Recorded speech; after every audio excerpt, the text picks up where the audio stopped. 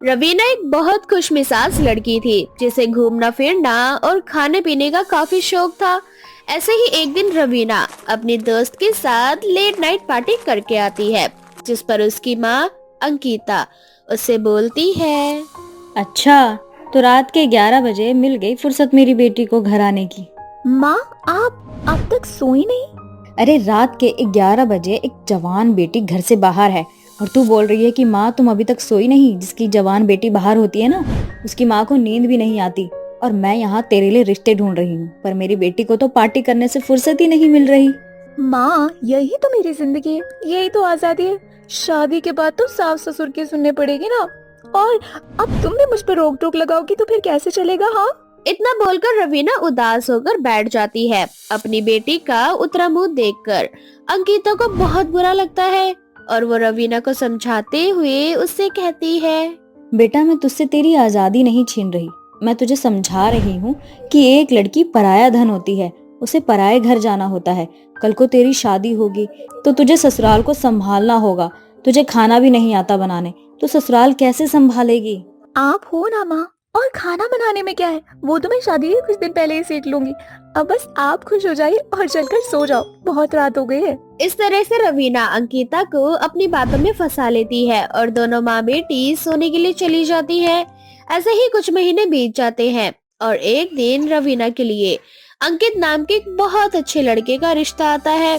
अब अंकित अपनी माँ सीता के साथ रवीना को देखने उसके घर आता है, जहाँ सीता रवीना को देख उससे कहती है। बहन जी, बेटी तो आपकी सच में बड़ी ही प्यारी है। मेरी बेटी प्यारी होने के साथ साथ बहुत ही ज्यादा गुणी है। और बहन जी, आपका बेटा भी कम नहीं है। मुझे दोनों बच्चों की जोड़ी बहुत अच्छी लग रही है। आप एक बार मुझे अपना विचार बता देती तो काफी अच्छा रहता। बस मैं अपनी बहू रानी से थोड़ी बातें कर लूं, फिर मैं आपको अपने विचार भी बता दूंगी।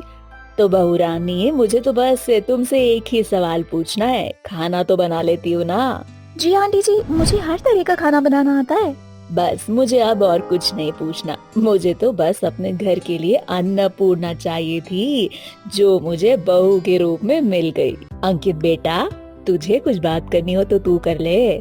सीता के कहने पर अब रवीना और अंकित छत पर जाते हैं, जहां वो दोनों काफी देर तक बातें करते हैं।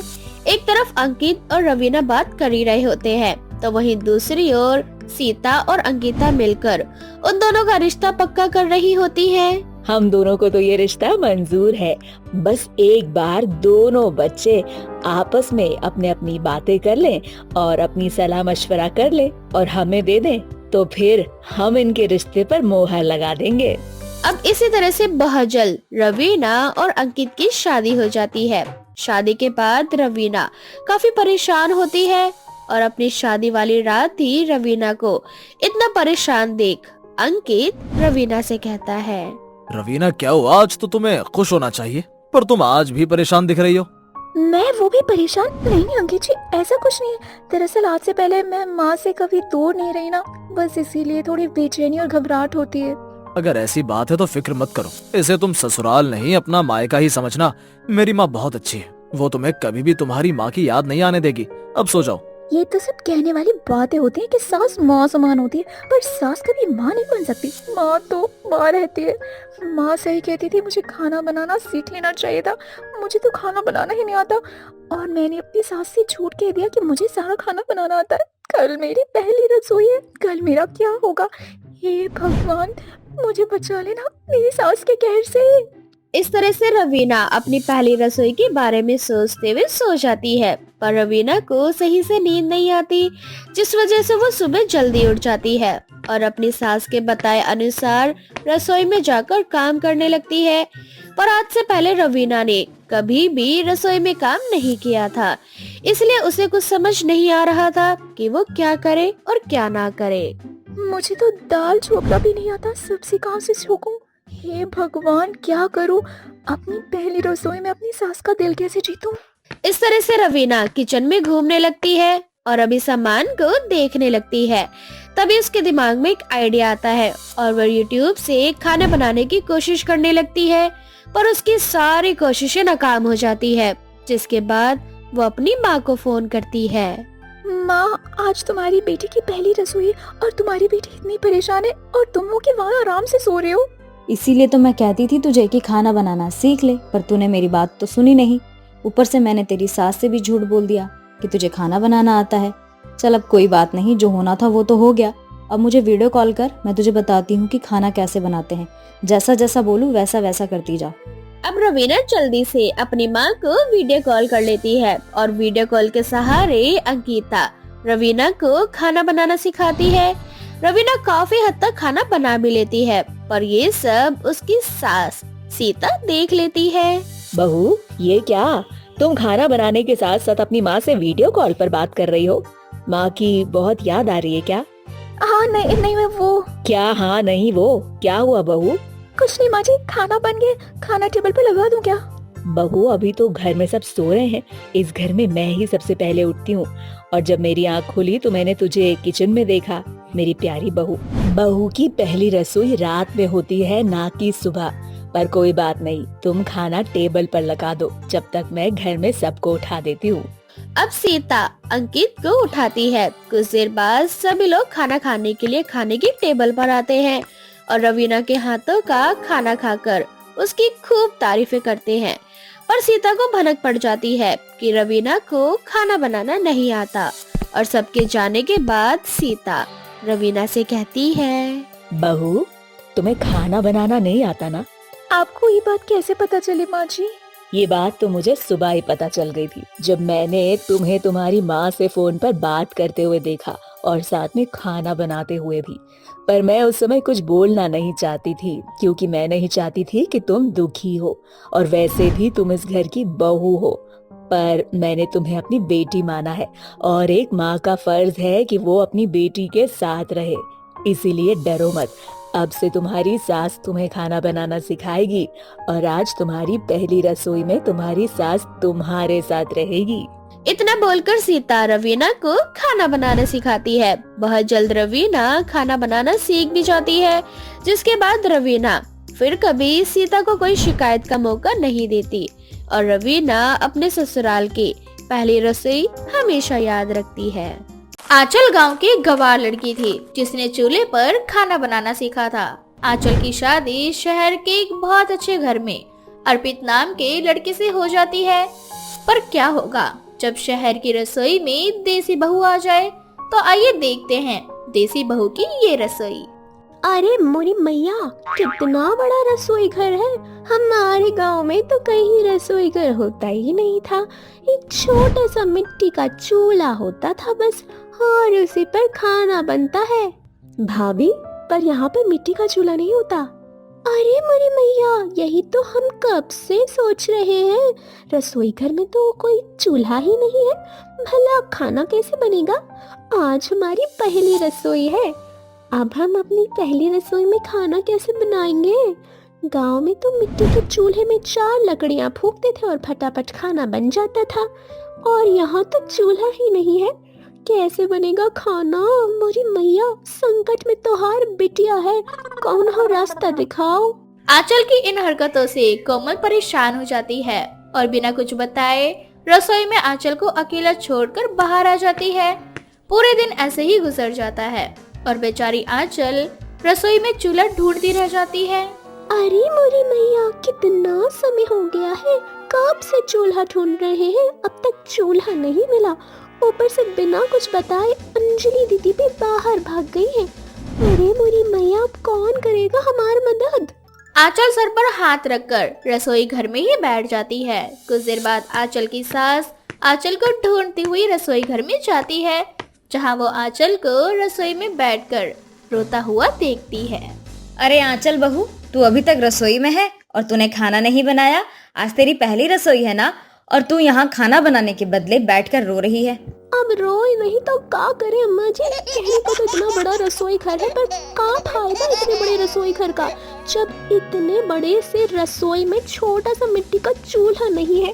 ये देखो, आटा चावल, पूरा दिन हम बस इस रसोई में आग फाड़ फाड़ कर यहाँ वहाँ देखे, तब जाकर हमें आटा चावल और मसाला मिला है।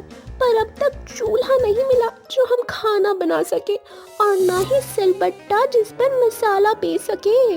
अरे बहू, ये गांव नहीं शहर है, यहाँ मिट्टी का चूल्हा नहीं होता। और जो तुम देख रही हो ना, यही चूल्हा है, इसी पे खाना बनता है बिना लकड़ियों के। और ये मिक्सी है, इसमें सारे मसाले पीसे जाते हैं। जो भी मसाला पीसना हो इस मिक्सी के अंदर डाल देना। और वैसे भी इस घर में सिलबट्टा रखा हुआ है, लेकिन तू फिर भी इसी मिक्सी में काम करना। समझ आया ना तुझे? अरे मोरी मैया, बगल में छोरा, शहर में ढिंढोरा, हमारी आंखों के सामने चूल्हा है और मिट्टी का चूल्हा खोज रहे हैं।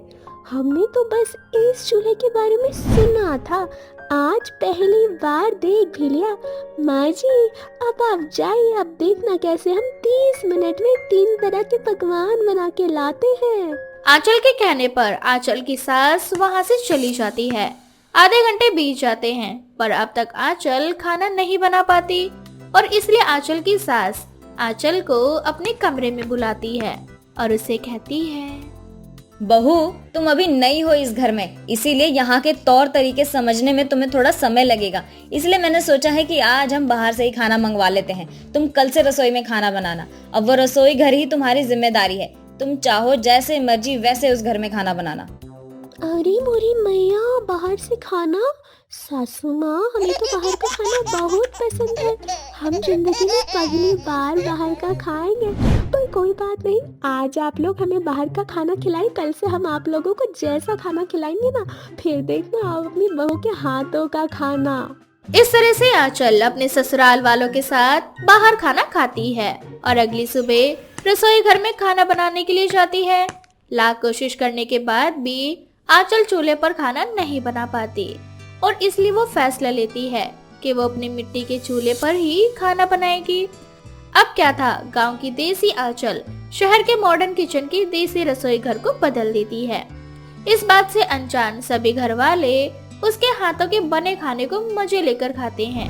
अब ऐसे ही कुछ दिन बीत जाते हैं और एक दिन कोमल अंजलि की तारीफ करने के लिए रसोई घर में जाती है, जहां वो देखती है कि रसोई घर में एक जगह कुछ लकड़ियां रखी हैं, तो दूसरी ओर मिट्टी के चूल्हे, तो वहीं एक और मसाले और आटा चावल के डब्बे बाहर रखे हुए हैं। अपनी रसोई की ऐसी हालत देख कोमल को गुस्सा आ जाता है। भाभी, आप इतनी गंवार कैसे हो सकती है? ये क्या हाल कर दिया है आपने कुछ ही दिनों में रसोई का। अरे मोरी मैया, क्या करती है हम जो तुम इतना बड़ा भड़क रही हो हम पर? इतना बड़ा रसोई घर है, अगर इतने बड़े रसोई घर में हमने अपनी छोटी सी रसोई बना ली तो इसमें क्या बुराई है? हाँ, वो तो माँ आपको बताएंगी जब वो रसोई की ये हालत देखेंगे तब। अब कोमल अपनी माँ को बुलाती है और जब आंचल की सास रसोई की ऐसी हालत देखती है तो वो भी अपना सर पकड़कर बैठ जाती है और आंचल को भला बुरा सुनाने लगती है। पता नहीं क्या सोच के मैंने तुझ जैसी दिहातन को अपने घर की बहू बना लिया। अरे मोरी मैया, नहीं, हमसे ऐसी कौन सी गलती हो गई जो आप सब हम पर इतना भड़क रहे हैं? जब तक आप लोग इस रसोई घर में नहीं आए थे तब तक तो हमारे हाथों का खाना बड़े चटखारे मारकर खा रहे थे, और जब इस रसोई घर में आए तो हमें इस तरह की बातें सुना रहे हैं। हाँ, हम देसी हैं। अगर हम देसी हैं तो इसमें गलत क्या है माँ जी? आपकी माँ देसी नहीं थी का? आप गांव में नहीं पली बड़ी का माँ जी जो आप हमें इतना सुना रही है? आंचल रोती हुई अपने कमरे में चली जाती है। आंचल की बातें सुनकर आंचल की सास को अपनी गलती का एहसास होता है और वो अपनी इस गलती के लिए अपनी बहू से माफी मांगती है। बहू, मुझे माफ कर दे। मैं भूल गई थी कि मैं भी पहले गांव में ही रहा करती थी। मैं भी तेरी तरह मिट्टी के चूल्हे पे ही खाना बनाती थी, लेकिन यहाँ आकर मैंने समय के साथ सब कुछ सीख लिया, लेकिन तुझे सिखाना भूल गई। वही तो सासू माँ जी, आप हमें बता कर चली गई कि चूल्हा ऐसा है, मिक्सी ऐसी है, जे रोटी मेकर है, ई फलाना ई ढिमाका। पर आप भूल गई कि आपकी बहू गांव से है, गांव से। हम आप लोगों को परेशान नहीं करना चाहते थे, इसलिए बिना कुछ बोले खुद आधी रात को चूल्हा बनाए और सुबह सबको खाना बना कर दिए, वो भी इतने प्यार से। आप सब मिलकर हमें गंवार बोल दिए। हाँ बहू, मुझे अपनी गलती का एहसास हो चुका है, इसलिए तो मैं यहाँ तुझसे माफी मांग रही हूँ। अब चल, अब माफ भी कर दे अपनी सास को। चल रसोई में, मैं तुझे सिखाती हूँ कि कैसे चूल्हे पे खाना बनाते हैं और कैसे मिक्सी चलाते हैं। अरे मोरी मैया, हम का कर दिए? आप हमारी सासू माँ हैं और हम आपसे ऐसे लड़ रहे हैं जैसे आप हमारी छोटी बहन फूलन है।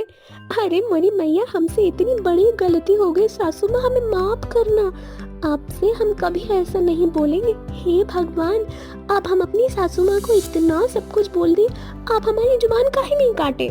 कोई बात नहीं भाभी, जो होना था हो गया। आप बस जल्दी से खाना बना दो, बहुत भूख लगी है। अरे मोरी मैया, अब तो हम भूल ही गए थे कि आप सब भूखे हैं। हम अभी जाकर खाना बनाई देते हैं। हाँ भाभी, पर आज से हम भी आपकी मदद करेंगे, है ना माँ? अब इस तरह से कोमल, आंचल और उसकी सास तीनों मिलकर खाना बनाते हैं और बहुत जल्द समय के साथ आंचल भी शहर की रसोई में काम करने के तौर तरीके सीख जाती है। पूर्वी नाम की एक लड़की शाम को जल्दी घर आ जाती है और अपने घर में जाकर कंबल ओढ़कर सो जाती है। तभी उसकी माँ उसके कमरे में आती है और पूर्वी से बोलती है, अरे पूर्वी बेटा, क्या हुआ? आजकल तू इतनी जल्दी घर आकर सो जाती है। हाँ माँ, वो मैं बहुत थक जाती हूँ और सुबह जल्दी उठकर मुझे पराठे की तैयारी भी करनी पड़ती है ना, बस इसलिए। मुझे पता है बेटा कि तू बहुत थक जाती है, इसीलिए तो मैं तुझे बोलती हूँ कि मुझे अपनी मदद करने दिया कर। आखिर अकेले तू घर और सीमा की पढ़ाई का खर्चा कैसे उठा पाएगी? माँ, मैं अकेली कहाँ हूँ, आप हो ना मेरे साथ। अच्छा माँ, अब आप जाकर खाना खा लो, मुझे बहुत नींद आ रही है। अच्छा ठीक है बेटा, तू आराम कर ले। इतना बोलकर पूर्वी की माँ वहाँ से चली जाती है। माँ के जाने के बाद पूर्वी कंबल से बाहर निकलती है और रोते हुए खुद से बोलती है, माँ 8 बजे के बाद मैं तुम्हारे सामने नहीं आ सकती, क्योंकि मैं एक चुड़ैल बन चुकी हूँ और अगर आपने मेरा असली रूप देख लिया तो आप डर जाएंगी, और बस इसीलिए मैं आपको अपनी मदद भी नहीं करने दे सकती, क्योंकि रात के 8 बजते ही मैं एक चुड़ैल बन जाती हूँ और सुबह के 5 बजे के बाद अपने इंसानी रूप में आ जाती हूँ। माँ, मैं आपको और सीमा को कैसे बताऊं कि मैं यहाँ एक मकसद से हूँ। जैसे ही मेरा मकसद पूरा होगा मैं यहाँ से चली जाऊंगी। इतना बोलकर चुड़ैल घर से बाहर निकल जाती है और गांव में घूमने लगती है, और जैसे ही सुबह के 5 बजने को आते हैं चुड़ैल अपने घर के लिए निकल जाती है। तभी उमा नाम की एक गाँव की औरत उस चुड़ैल को पूर्वी के घर में जाते हुए देख लेती है। चुड़ैल को देख उमा के होश उड़ जाते हैं और वो खुद से बोलती है, हे भगवान, पूर्वी के घर में तो किसी चुड़ैल का साया है। कल सुबह होते ही मैं पूर्वी की माँ को बताऊंगी ये सब। इतना बोलकर उमा अपने कमरे में सोने के लिए चली जाती है, और वहीं दूसरी ओर सुबह के 5 बजे के बाद चुड़ैल अपने इंसानी रूप में आ जाती है और पराठे बनाने की तैयारी करने लगती है।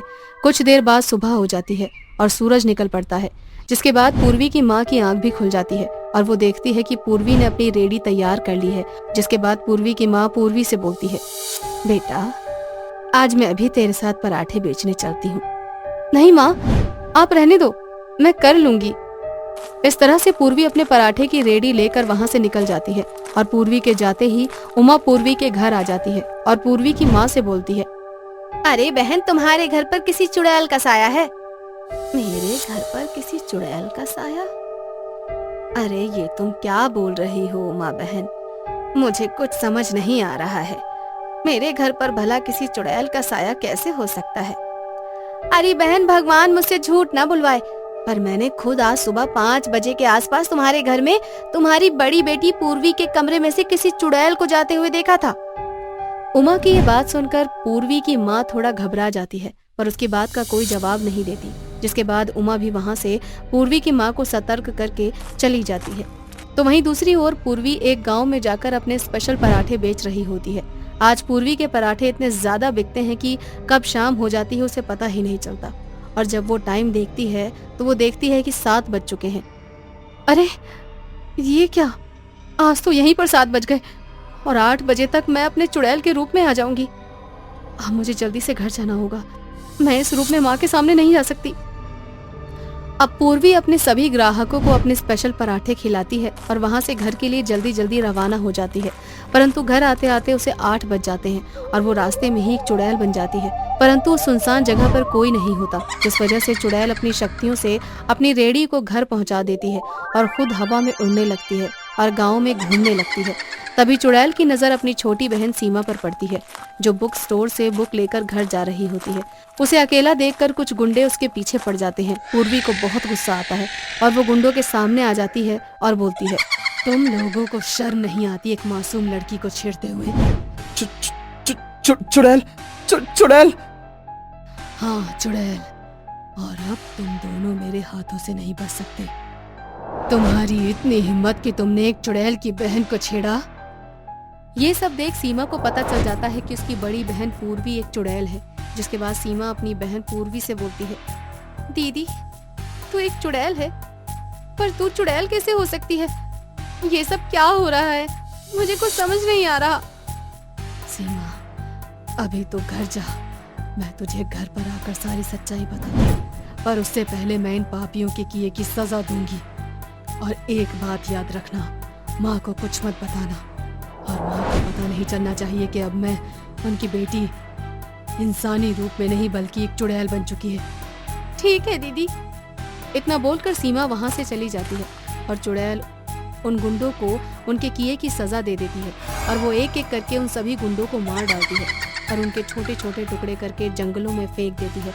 इसके बाद चुड़ैल अपने घर आ जाती है और अपने कमरे में जाकर सीमा को अपने पास बुलाती है और उससे बोलती है, तू जानना चाहती थी ना कि तेरी बहन एक चुड़ैल कब और कैसे बनी? हाँ दीदी। सीमा के पूछने पर चुड़ैल उसे बताती है कि जब सीमा कॉलेज में प्रथम स्थान पर आई थी और उसने पूर्वी से कहा था, दीदी मैं पूरे कॉलेज में फर्स्ट आई हूँ और अब मैं शहर जाकर अपनी लॉ की पढ़ाई पूरी करना चाहती हूँ, मैं लॉयर बनना चाहती हूँ। अरे ये तो बहुत अच्छी बात है, तू शहर जा। पर दीदी उसके लिए बहुत सारे पैसे लगेंगे। तू पैसे की चिंता क्यों करती है?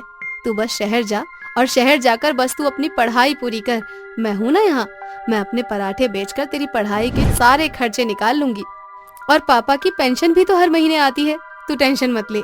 पूर्वी के कहने पर सीमा अपनी लॉ की पढ़ाई पूरी करने के लिए शहर चली जाती है और अपनी आगे की पढ़ाई करने लगती है। इसी बीच उसकी पढ़ाई का खर्चा उठाने के लिए पूर्वी हमेशा सुबह जल्दी उठती और दूसरे गांव जाकर पराठे बेचा करती। ऐसे ही एक रात पूर्वी पराठे बेचकर घर आ रही होती है, तभी उसका एक्सीडेंट हो जाता है और पूर्वी मरने के बाद एक चुड़ैल बन जाती है। बस इस तरह से मरने के बाद मैं एक चुड़ैल बन गई और मैं तुम लोगों के साथ अपने इंसानी रूप में रहने लगी ताकि तुम लोगों को कभी पता न चल सके कि मैं मर चुकी हूँ। अगर तुम लोग मुझे मेरे असली रूप यानी चुड़ैल रूप में देख लेते तो मुझसे दूर भागने लगते। और मेरी बहन, मैं बस यहाँ तब तक हूँ जब तक तू अपने पैरों पर खड़ी नहीं हो जाती।